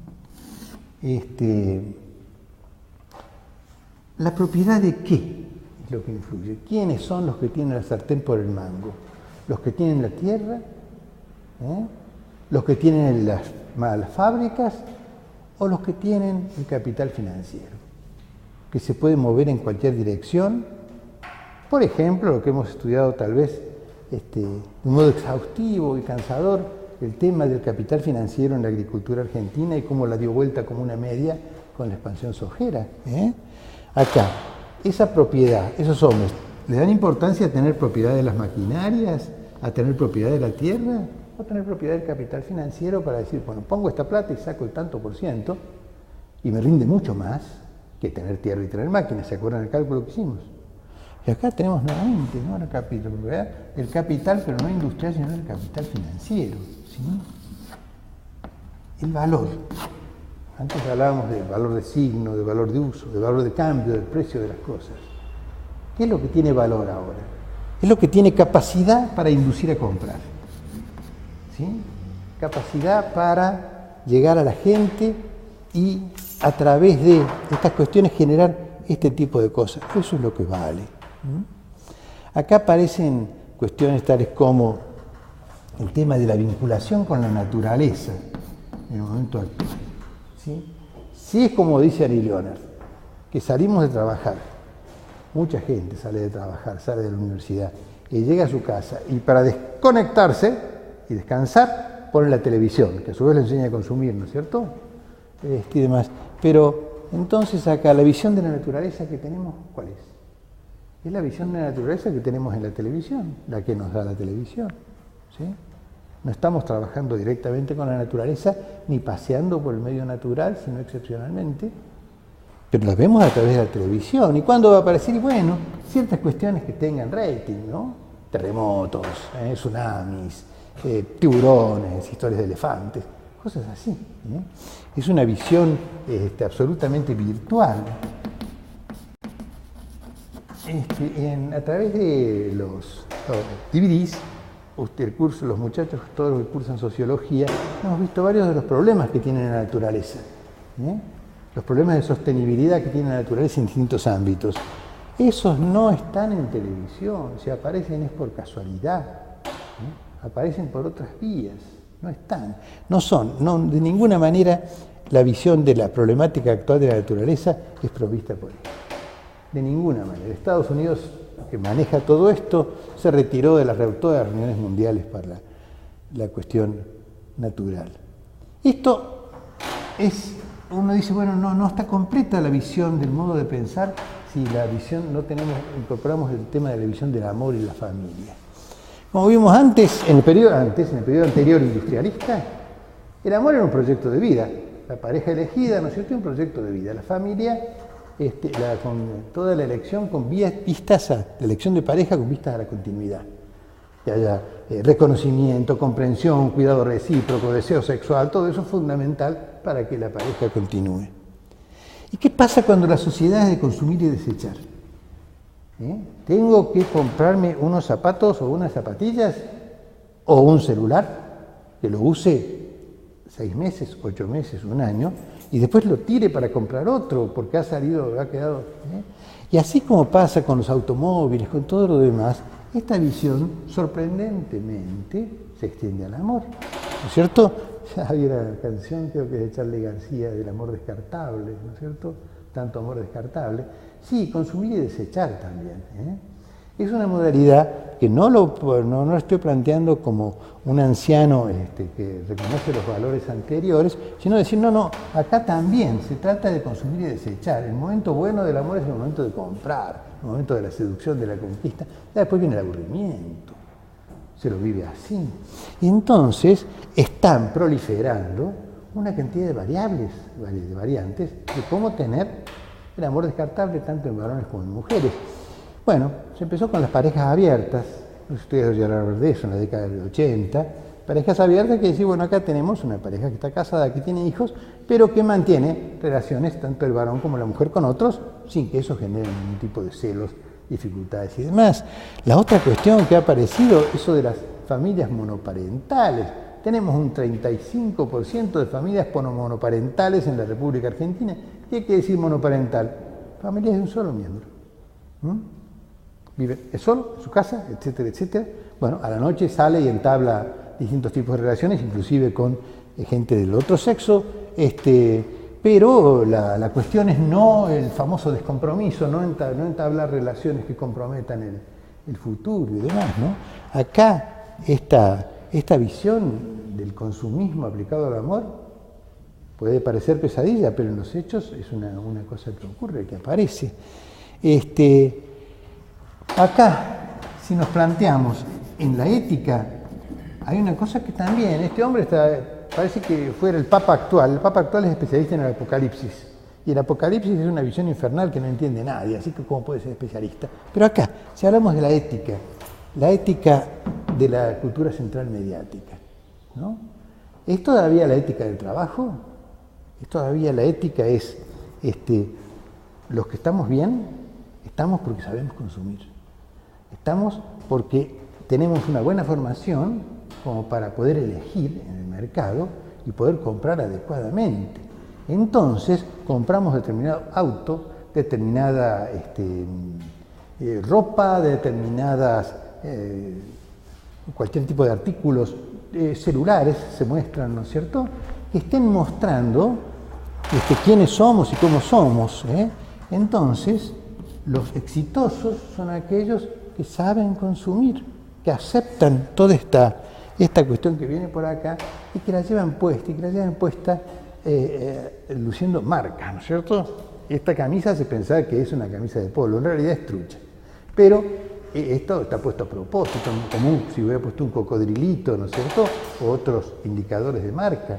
O en vez de venir en esa bici tan moderna que tengo, me viniera en una 4x4, por supuesto que yo sería mejor visto si yo llegara acá en una 4x4, ¿no? Son todas cuestiones. La ética se transforma en algo difícil de entender. La ética de la sociedad central mediática es la estética del consumo. He trasladado a mí todo lo bello de lo que he consumido, de lo que compro. Bueno, tenemos acá componentes muy importantes, pero además eso implica otra cosa. ¿Y los excluidos qué son? Los excluidos son aquellos que no saben comprar, no les entra en la cabeza, compran ropa china, ¿no es cierto? Se visten de cualquier modo y entonces andan en una motito que no vale nada, con una ropa absolutamente visible que se habían comprado en Persia, o cosas así. Entonces eso lo valoramos. Todo esto viene y termina asociándose con esta cuestión de el consumir y la propaganda comercial. No solamente la propaganda comercial nos dice compren tal producto, sino ¿quién lo compra? Comprar es el acto de felicidad. Y si el acto de felicidad, entonces ¿cómo es la persona que compra? ¿Una persona feliz? ¿Y cómo es una persona feliz? ¿Qué color de piel tiene? Blanco. ¿Qué edad tiene? Joven, ¿no es cierto? ¿Qué tipo es lindo? ¿No? ¿Qué temperamento tiene? Es alegre, es triunfador. Ese modelo humano, ¿no? Representado, por ejemplo, también por la muñequita Barbie y cosas por el estilo. Acá hay una cantidad entonces los excluidos son también los que no adhirieron a aquel sistema de valores, ¿no? De tener determinado físico, fingir determinada edad y determinadas cuestiones. Esto nos va a dejar con la impresión, bueno, esto es pura exageración, ¿no? Pura exageración. Y es cierto, porque en realidad estas cosas también están presentes, pero esto es pura exageración, no puede ser así. Esto parece una sociedad de imbéciles. No es que lo sea, pero acá se compara qué pasa con la oralidad, la escritura impresa y la televisión. ¿Qué tiempo para la reflexión da la oralidad? La conversación entre iguales, en una familia, en un grupo local. ¿Podemos parar? ¿Podemos discutir al otro? ¿Podemos decir, no, eso no lo entiendo o no estoy de acuerdo? ¿Podemos desarrollar una posición propia? Sí.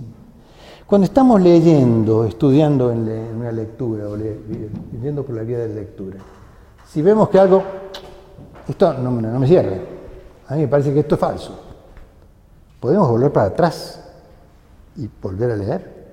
¿Podemos, una vuelta que volvemos a leer, decir, me mantengo en que esto no es falso, y desarrollar una posición propia y la podemos escribir? Sí. La televisión. Estamos viendo una película, estamos viendo un informativo, estamos viendo una todo mezclado con la propaganda comercial. Eso lleva un ritmo. Podemos parar el relato y decir, no, un momentito, yo estoy de acuerdo con esta explicación en este documental. Entonces, bueno, mientras no estoy de acuerdo, mientras estoy discutiendo o reflexionando sobre eso, el relato avanzó. Y si el relato avanzó, perdí el hilo del relato. O sea que esto está hecho y muy bien hecho por especialistas en la persuasión para aquello de decir, bueno, no da tiempo a reflexionar. Y si todo esto viene mezclado, se puede caer en una de las subculturas, por suerte solo una, imperantes en la sociedad global comunicacional. El arte no tiene nada que ver con la agronomía, ¿no es cierto? Pero el arte de ser, la búsqueda del arte sagrado, la búsqueda de lo esencial de las cosas en la pintura, en la poesía, en la arquitectura, pasa a ser acá el entretenimiento, ¿sí? Cualquier forma de arte, yo creo que típicas formas de arte como por ejemplo la novela en literatura o como por ejemplo la poesía, están casi ausentes, ¿no?, del uso actual. Si ustedes van a las librerías y preguntan ¿qué se vende? Bueno, algunos libros de estudio, algunos libros de autoayuda, novelas, poco y nada, poesía, absolutamente nada, eso no existe, ¿no? Porque el arte pasa a ser un componente central que se dice, el arte es entretenimiento. El arte es para una persona que viene tensionada de la vida urbana, del trabajo competitivo, de todo lo demás, se conecta básicamente con el televisor, arte televisivo, y de esa manera se desconecta y descansa, que es lo que quiere. Está una especie de catarsis viendo televisión. ¿Y qué es lo que ve? ¿Cómo es el arte televisivo? ¿Cómo son las películas? Las películas tienen argumentos ricos, tienen muchas reflexiones, tienen autocríticas sociales, tienen una fuerte participación de la relación hombre-naturaleza o de hombres entre sí, tienen mucho de historia, o son thrillers con hiperacción, con fuertes cambios de imágenes, fuertes cambios de luz, de sonido y demás, cosa de mantener un nivel de adrenalina que haga que la persona no se cambie de canal, ¿sí? Entonces el arte, ese arte de entretenimiento, y un entretenimiento, llamémosle, de estimulación, de sobreestimulación adrenalínica, parece una cosa muy rebajada respecto de la búsqueda de lo esencial, ¿no es cierto?, que se pretendió en periodos anteriores. Me estoy excediendo con el tiempo, pero ya hemos hablado demasiado de la agricultura financiera, ¿no? La agricultura financiera agrega a la fuerza motriz lo que llamamos las fuerzas virtuales, ¿no? Todas las vinculadas con la computación, las comunicaciones satelitales y demás, pero además agrega la cuestión también del marketing, del conocimiento y manejo del mercado, ¿no?, y de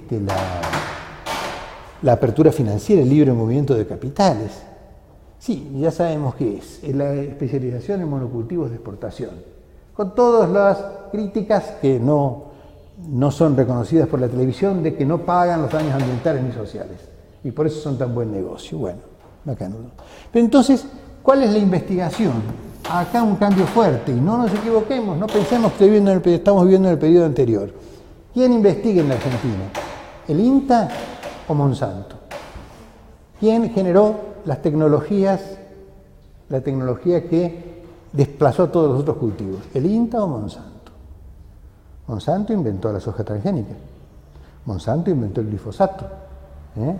Entonces, ese par, unido después a otros grupos de lo que se llama la cadena de la soja, ¿no es cierto?, a nivel mundial y básicamente desde Estados Unidos, esto es generado por una cuestión nueva que es la tecnociencia. Ya no es buscar la verdad mediante la ciencia. De desprendimiento de esa búsqueda de la verdad sacamos la tecnología. Esto es aplicable para tal cosa o para tal otro. No. Esto se llama I+D y se dice con mucho orgullo. I+D. ¿A qué le llaman desarrollo de la comercialización? ¿Sí? Acá trabaja una gran cantidad de ingenieros agrónomos en el desarrollo de las técnicas desarrolladas por Monsanto y Arláteres, por ejemplo, Nidera, por ejemplo, muchos otros locales, para hacer que se consuman que se consuman todos los productos surgidos de esta investigación. Tecnociencia es la investigación ya no realizada por el Estado, por los Estados nacionales, ni en Estados Unidos, ni en Europa, ni acá, sino por empresas globales. Empresas globales como el caso más claro en Argentina es el caso Monsanto, ¿no? Entonces, es la tecnociencia, ¿no?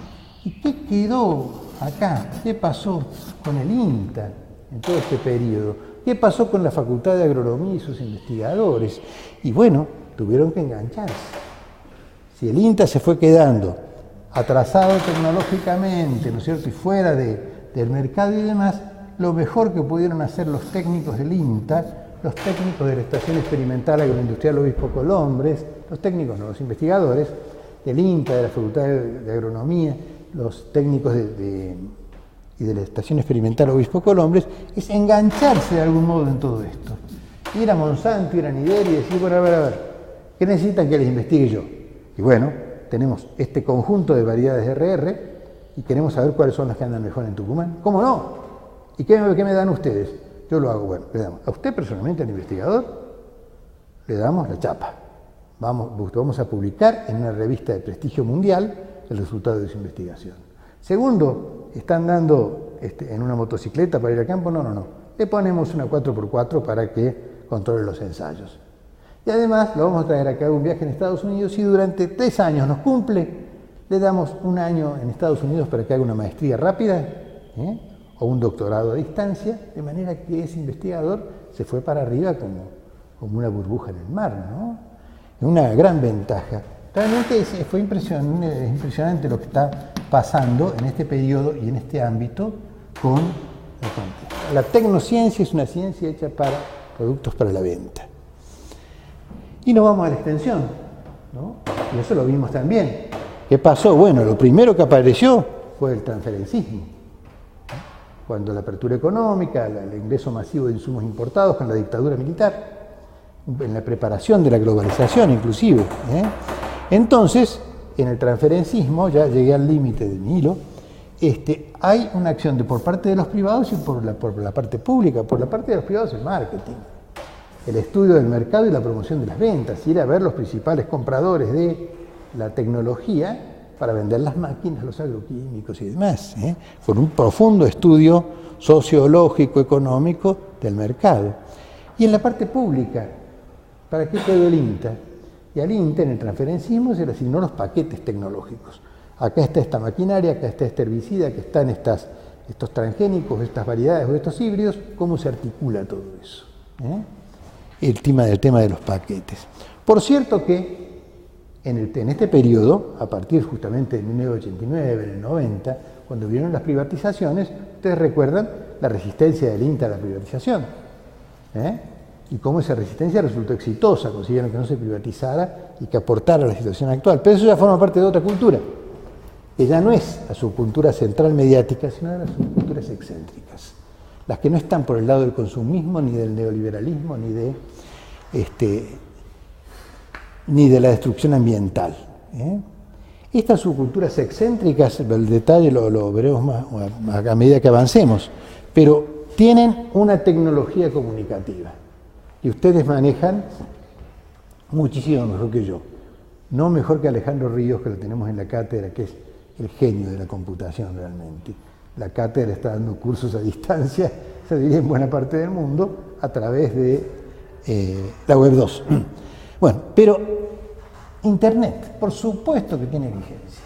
Es muy posible que el tiempo que ustedes y sus compañeros dedican a otras actividades, más de la mitad de ese tiempo esté en la computadora. Haya más tiempo dedicado a la computadora que a la televisión. Esto, además, Internet es relativamente antigua. No tan antigua. Uno podría decir, Internet aparece avanzada la década del 90, ¿no es cierto? Ya por el 95. Pero eran lugares donde uno podía ir y entrar. No se mira pero no se toca, era así Internet. Hasta que apareció la Web 2. La Web 2 que surge en diversos, tanto en la Macintosh como en Microsoft. Y la Web 2 es la web interactiva, ¿sí? la que permite el Messenger, la que primero el Messenger, después entran los otros sistemas, tales como, por ejemplo, Facebook, como, por ejemplo, Twitter, ¿no? Que son las que están teniendo una enorme incidencia. Y acá, entonces, resulta que cuando vamos y nos fijamos, una tecnología comunicativa actual que está generando una importante cantidad de nuevos aprendizajes, que está generando nuevos y diferentes modos de pensar, y está proponiendo cosas distintas para la agricultura, aparece acá. Estamos hablando del año 2004, cuando surge la Web 2. Ya estabas muy cerquita de lo actual, ¿no? Es mucho de la vida que ustedes vivieron. Por ahí ustedes no recuerdan cosas anteriores a la Web 2, a la Internet interactiva. Y entonces acá hay una cantidad de usos de la Web 2, como podemos ver. Pero acá, por una parte, ¿quiénes usan la Web 2? O sea, el Facebook, el Twitter, si es que todavía se usa el Messenger, y las otra cantidad de cuestiones interactivas. Los nuevos movimientos sociales. Hay nuevos movimientos sociales, de la más diversa índole, de pueblos originarios, de ecologistas, de homosexuales, ¿no es cierto?, que pretenden igualdad de derechos, de gente con reconociendo su diversidad. Estos nuevos movimientos sociales son una parte, y hay otra parte completamente distinta que son las empresas. La publicidad comercial está haciendo un rápido traslado desde la televisión hacia la Internet y las redes sociales. ¿Vieron cómo embroman esas columnitas al lado? Cuando uno está haciendo una búsqueda en Google, o cuando está escribiendo o leyendo un mensaje. Yo leo un mensaje de mail, que me mandan un mensaje familiar o profesional. ¡Plum! En la columna de al lado me aparecen ofertas de cosas todas vinculadas con lo que estoy escribiendo o lo que me están diciendo. Lo mismo si entro en cualquier tipo de espacio. Las empresas se han metido acá como vehículo también del consumismo. Es un ámbito de competitividad. Y entonces decimos, en el para qué se enseña a través de redes sociales, es tanto la resistencia a la globalización, estoy obsesionado con el tiempo, y termino ya en 5 minutos, tanto la resistencia a la globalización, la búsqueda de decir, vale más los derechos humanos que el consumismo. Cuando decimos derechos humanos, decimos en sentido amplio, no hablamos solamente de las madres de Plaza de Mayo. La diversidad, la protección ambiental y todos esos temas que no encontramos en la televisión ni en los diarios, vamos a Internet y está lleno. Y no solamente podemos informarnos, podemos aportar, podemos preguntar, podemos actuar dinámicamente. Y no solamente eso, sino que además acá volvemos al tema. ¿Cuál es la noticia, diría, de hoy en el mundo, o de los últimos 2 meses en el mundo? Y bueno, todos los movimientos sociales que están uniendo gente que antes era inunible. ¿Cómo íbamos a pensar que cientos de miles de personas iban a luchar porque se deroguen las leyes de la dictadura militar en Chile, que hacían que estudiar agronomía costara $500 por mes y que estudiar medicina costara $1.000 por mes en la Universidad Nacional de Chile? Hay indignación contra eso y la están peleando. ¿Y cómo se unieron? Y se unieron a través de Twitter, ¿no? Y de Facebook. Entonces, ¿qué está pretendiendo hacer Piñera, que es el presidente, y su gabinete? Bueno, ¿cómo hacemos para prohibir el uso de estos usos de Facebook y de Twitter? Pucha, y van a sus especialistas y no pueden. Y resulta que lo mismo está tratando de hacer el presidente en España. Es decir, los indignados por la desocupación. Parémoslos, cortemos Twitter. Bueno, no se puede, guarda, es difícilmente controlable. Y si lo controlan van a aparecer hackers que van a restituir los sistemas. Por el momento son cosas que están ocurriendo de mucho peso en el mundo, ¿no? Cuando llegó la crisis del exceso de capital de inversión, el reventamiento de burbujas y todo, a Europa y trajo todos estos movimientos de resistencia. Así que no es una cosa para decir, bueno, si bien esta cultura es central, esta está creciendo. Y en el crecimiento están metiéndose también, ¿quiénes? En el ASTA. ASTA era su cultura central mediática. Esta se está metiendo acá también, ¿sí? Pero hay por lo menos coexistencia. a nivel de la sociología, acá aparecen las ramas de la sociología crítica, ¿no? Crítica del marketing, es decir, supereconomicismo, consumismo, derechos humanos. Acá tenemos una serie de planteos respecto de, por ejemplo, hay una cosa sorprendente, ¿qué está pasando con la propiedad? ¿No? Pareciera que en una sociedad comunicacional algo muy importante son las comunicaciones, algo muy importante son las informaciones. ¿Están ferozmente sometidos a propiedad privada o podemos acceder libremente a informaciones a través de Internet? Hay muy variadas informaciones, inclusive informaciones secretas. Hay gente que las decodifica y las pone a disposición de todos, ¿no? Acá es donde, no quiero insistir con el cansancio de ustedes, vamos a ver toda una cantidad de visiones y artes y variantes absolutamente distintas. Pero si vamos a lo político en particular, bueno, en la sociedad central mediática, la parte política de la manera de pensar es indudablemente el neoliberalismo, y el pensamiento único y el consumismo y demás, pero en lo político el neoliberalismo y el liderazgo de Estados Unidos. La posición política acá es absolutamente contraria al neoliberalismo, ¿no? Acá dicen, tiene que actuar el Estado, pero no solito, con organizaciones de la sociedad civil, con nuevos movimientos sociales, articulados con el Estado y articulados bien, ¿no? No que nos pase como nos ha pasado en Argentina, con las madres de Plaza de Mayo, donde se metieron los Schocklender, se agarraron una buena parte de la plata y desprestigiaron absolutamente, no solamente a las madres de Plaza de Mayo, sino a muchos movimientos sociales. Acá tiene que intervenir los movimientos sociales, sí, pero con el Estado. ¿Y qué Estado? El Estado privatizado, no, hay que reconstruir el Estado, como se ha reconstruido el INTI y las universidades, para articularlos con los movimientos de la sociedad civil, por articularlos con los perjudicados por la desocupación o por la contaminación, o los perjudicados por el PACO o los perjudicados por el consumismo, ¿no? Perjudicados psicológicamente. En la agricultura, acá no es que estemos en pañales, hay avances. Se están planteando alternativas a la agricultura financiera. Entre esas alternativas está todas las vinculadas con agroecología, que es una ciencia en construcción. La agroecología no es la agricultura tradicional, es aplicar todos los recursos de la agricultura actual, de los recursos científicos actuales, a perfeccionar la agroecología, una agricultura que no dañe ni ambiental ni socialmente. Y cuando caemos acá al tema de la investigación alternativa, ¿quién la hace? Recuperar el Estado, pero no el viejo Estado, no, un Estado controlado por los organismos de la sociedad civil, pero que a su vez controle a los organismos de la sociedad civil, los nuevos movimientos sociales, desde ecologistas hasta sociales de diversa índole. En la extensión tenemos alguna experiencia, cuando el INTA tuvo que defenderse y tuvo que salir y decir, señores, acá no todos son los agronegocios, también están los productores pequeños y medianos, hay una diferenciación de audiencias, ¿recuerdan eso?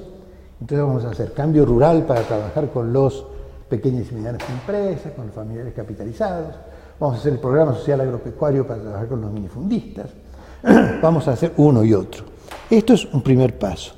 Y el paso más reciente es lo que trabajamos en el práctico pasado, aquello de los nuevos avances que están proponiendo y nuevos ángulos que están proponiendo el desarrollo rural territorial y planteos como el de la economía ecológica, ¿no?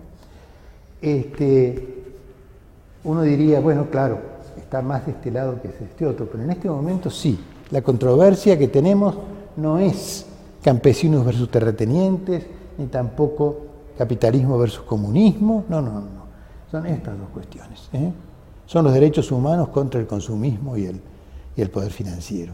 Y eso se está manifestando a través de estos distintos medios.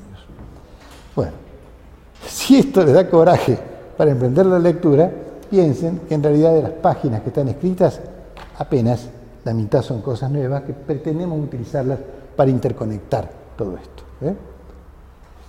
Y bueno, nos vemos en los prácticos. Bueno, hasta luego entonces.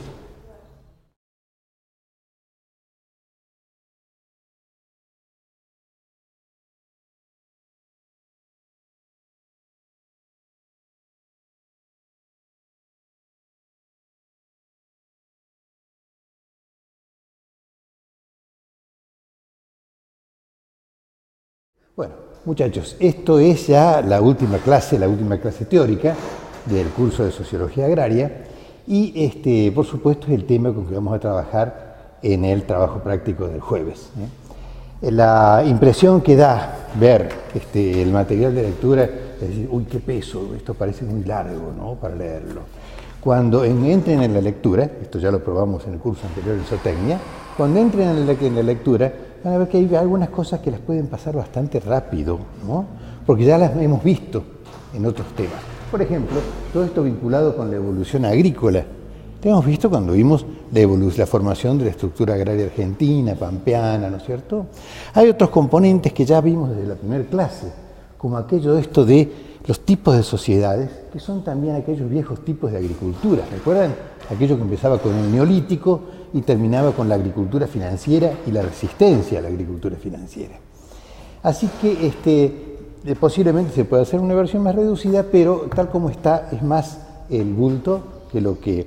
Pero sí, incorporamos una cantidad de componentes que hacen en sí a lo que es sociología, ¿no es cierto? Como aportes de la sociología a todo esto.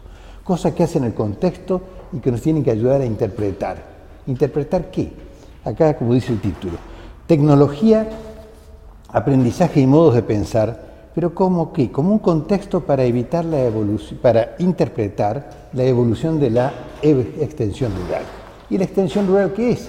Aquel trabajo que hacen los ingenieros agrónomos y predominantemente los ingenieros agrónomos jóvenes, vinculados con llevar a los productores las tecnologías más adecuadas y particularmente llevar, cuando es desde el aparato estatal como el INTA, llevar todo el largo periodo de surgimiento de las naciones. Si acá pusiéramos un número en la República Argentina, empezaríamos por 1810, ¿no es cierto? Que es el comienzo de la incorporación a la División Internacional del Trabajo de Argentina, que es incorporarse también a la industrialización, como ocurre más tarde con la sustitución de importaciones. Y acá esta revolución tecnológica nos da lugar a ciertas sociedades, digamos, nacionales industriales. Hablamos de un largo periodo en el que, honestamente, muchos de nosotros pensamos que vivimos todavía, porque esto se extiende hasta un momento bastante cercano, hasta lo que podríamos llamar el estallido de la globalización, aquello de la gran revolución tecnológica implicada en la computación, ¿no es cierto?, o en la informática, o la cibernética, como le queramos llamar, los nombres sucesivos que le vamos poniendo a esto, y también las comunicaciones satelitales. No cabe duda que nos han cambiado el modo de vida las comunicaciones satelitales y la computación. ¿Para qué vamos a decir el empuje que le han dado a la ciencia? El empuje que le han dado a la guerra, el empuje que le dieron a la guerra, a la computación, que es anterior a 1989, y las comunicaciones satelitales, fue tan fuerte que determinó que hubo uno que ganó en la Guerra Fría, ¿no? Y ese uno fue el capitalismo, fue Estados Unidos. Vino el desmembramiento de la Unión Soviética, y acá tenemos entonces otra revolución tecnológica, muy cercana para gente de mi edad, que uno dice, bueno, el gran cambio se produjo, si vamos a ponerle un año, en 1989, ¿sí? La caída del muro de Berlín, el fin de la Guerra Fría, la globalización. Ya el mundo no está dividido en dos, capitalismo y comunismo, con naciones dentro.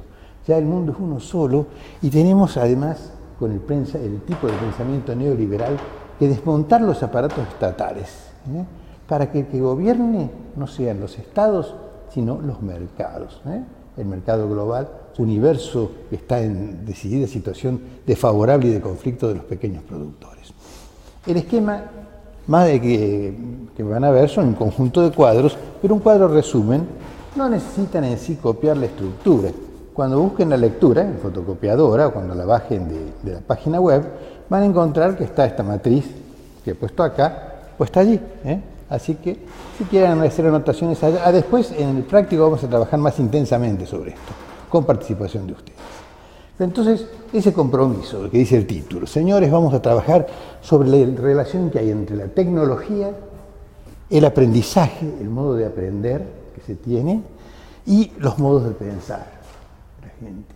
Estas cuestiones que a veces uno dice, claro, la tecnología cambia, pero los modos de pensar no cambian, los valores son los de siempre, ¿no es cierto? tanto los valores éticos como los valores sociales, los valores religiosos, la actitud respecto a la naturaleza.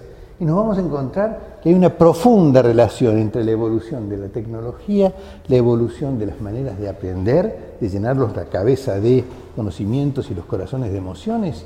Hay mucha relación con la tecnología que se utiliza y eso está determinando modos de pensar que es realmente llamativo verlos así en términos comparativos, hasta qué grado pueden haber ido cambiando.